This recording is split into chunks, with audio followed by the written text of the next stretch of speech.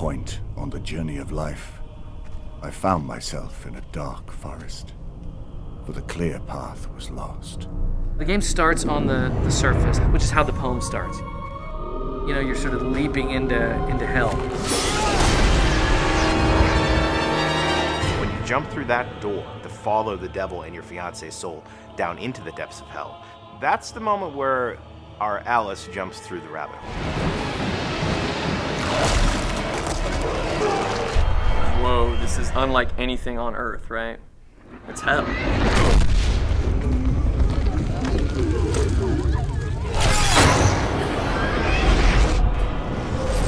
Divine Comedy was written in the early part of the 1300s by a guy named Dante Aligieri. He spends his life dreaming about a woman that he loved named Beatrice, who he never got to be with.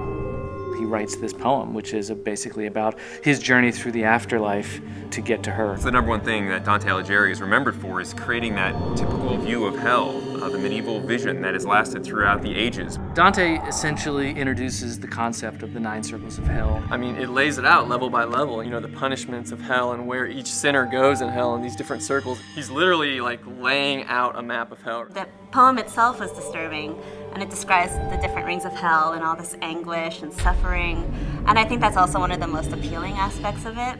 I read the poem and thought right away, like, that's a video game. We can make a video game out of that. Go to hell, that's our game. It's simple and it's to the point. Face the ultimate boss, which is Lucifer himself. Once you hear the pitch about what the fiction's going to be, it just instantly makes sense. One of the most important things for us was to literally follow the map of hell that Dante wrote so clearly in the poem. We're not going to create a circle called jealousy or shoplifting, yeah? We're going to go with the circles that are actually in the poem.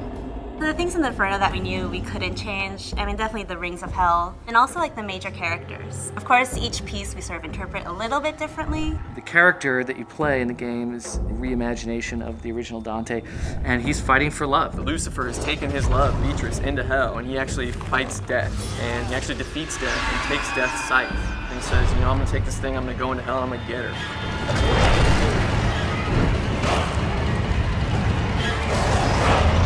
Facing some of the most insane monsters that hell has to throw at him. He's got to be kind of an over-the-top action hero.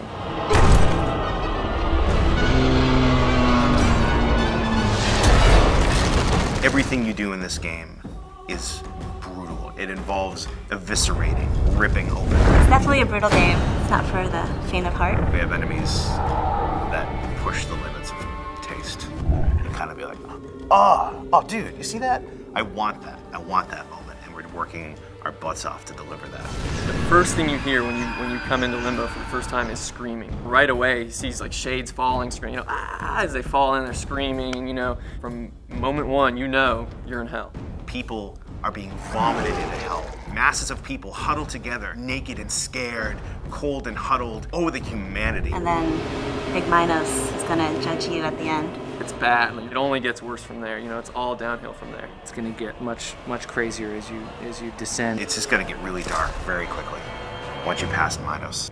This is hell proper. Here we go.